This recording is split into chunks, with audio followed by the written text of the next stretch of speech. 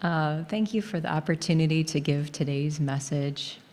I want to make sure to welcome each and every one of you online and here in person. And also, because of this technology, we have anyone who may be watching in the future. Today we celebrate COOF's 40th anniversary. I think this is pretty special. I've only been a part of COOF for about a year, and I feel very welcomed here. So thank you for that. I really want to offer gratitude to the founders and the maintainers of COOF, so many of you.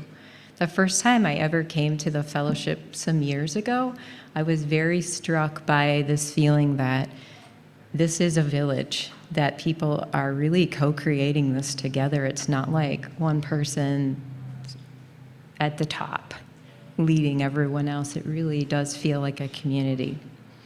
So thank you for the part that you have in making this community. On this milestone, and also on the heels of the International Day of Peace, it really feels appropriate to me that the theme for September for the UUs is belonging. And my intention, I can already see I'm getting quite a late start, is to keep this short with hopes that there may be some time at the end for you to share because you are the fellowship. So the UU Soul Matters theme for September is actually building belonging.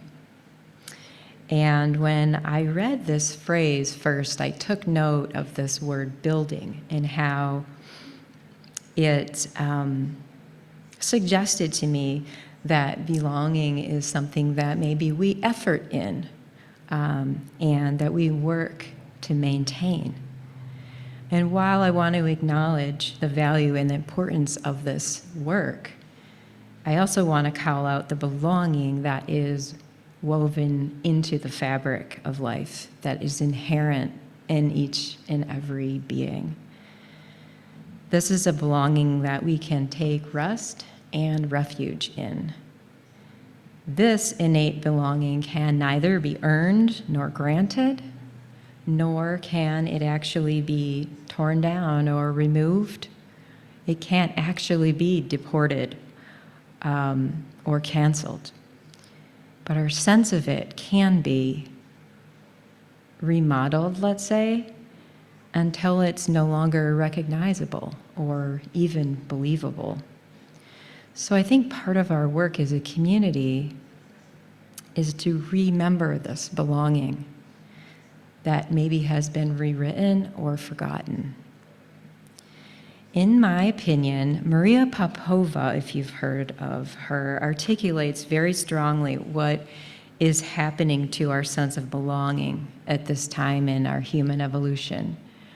She writes, "We are now doing to human nature what we have already done to nature, turning a biodiverse wilderness into a monoculture of a single crop deemed correct, forgetting there are infinitely many valid ways to be alive, that they can and must be complementary rather than contradictory if the ecosystem is to thrive. It takes courage," she continues, "to resist moral colonialism, to rewild the human spirit with the insistence that life, allowed its full aliveness, is not a symposium of self-righteousness, but a festival of wonder, not a military parade of masses marching behind generals uniformed in the moral fashions of the day, but a carnival of felicitous participancy on equal terms. People of all kinds, each costumed in some choice expression of their light, together constellating a collaborative cosmos of belonging to something both transient and transcendent." Amen. Maybe I should just walk away now. Maria Popova's vision of belonging not only calls out our courage, but evokes a sense of awe at the sight of our true nature, the colorful carnival that we co-create, this collaborative cosmos reflective of all of our light, the vast net of Indra, if you will. In this way, the work of belonging potentially could come to feel a little less like work and more like a craft, something we choose, or a labor of love. That we belong to one another is one of the most hopeful things that I personally am aware of right now. And yet, although this may be our true nature or our original nature, maybe it's not our second nature. It does take an effort. It takes diligence and a commitment to come home again and again to this intention and the values that remember our wholeness. I think our Kuf covenant with one another is really a beautiful expression of our collective intentions and values. To build belonging with one another, beginning with the very first line, we build our fellowship on a foundation of love. When all else fails, we commit to return to this love. Our covenant articulates that we, as love laborers, aspire to collectively craft in this sanctuary and within our communities inclusivity, respect, compassion, forgiveness, generosity, safety, justice. We are committed to the labor of belonging. And we all want to belong, don't we? I do. And we already belong. This paradox that belonging contains within it a dance between activity and rest, both an on the way toward something and an never left or already there. It's the work of affirming and protecting, an ecology of belonging, and the non-work of living into our already belonging. I think even simple rituals that bring us into intimacy and connection with the natural world can help us rest into our belonging. Music, poetry, and art help us remember what this feels like.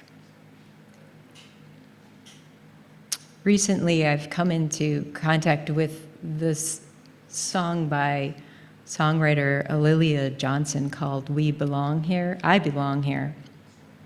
And one phrase in that song is, "The rising sun greets my face, and with love remembers me." Can you feel from this lyric that it's free from effort? The love of belonging is recognized in the instant that the sun greets our faces. We already belong. Resting in belonging feels gentle, like a softening, an opening beyond delusion and distortion that perhaps our culture may create. And it's liberating.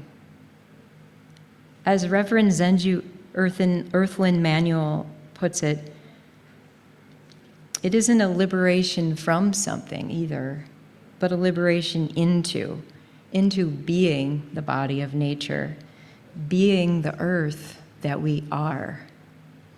And this resting and belonging can be transcendent or transformational.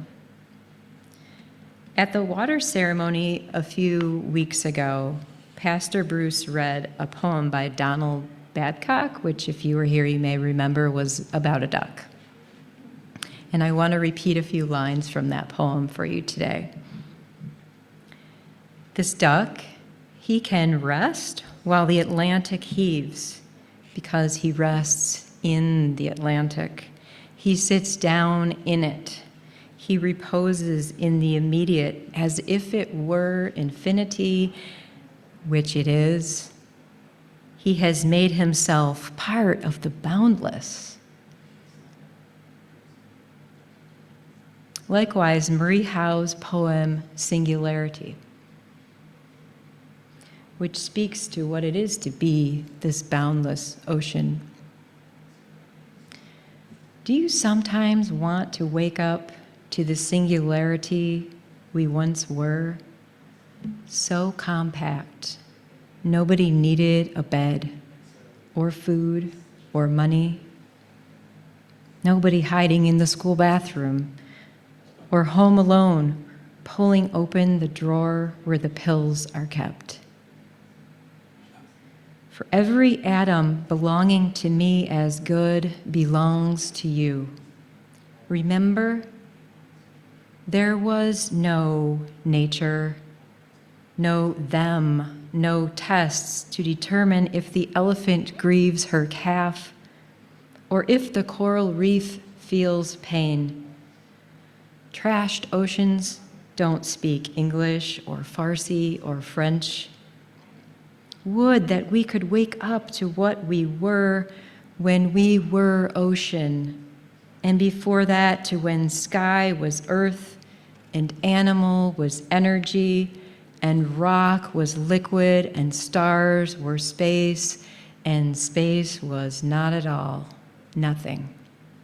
Before we came to believe humans were so important, before this awful loneliness. Can molecules recall it, what once was? Before anything happened? No I, no we, no one, no was, no verb, no noun, only a tiny, tiny dot, brimming with is,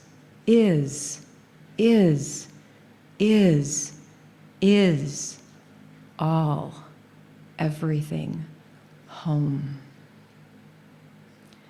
Beyond the duality of belonging and not belonging, beyond being a singularity or even a multiplicity, is Marie Howe's isness, bedecked with dewdrops made visible by a rising sun. Home, you can rest here.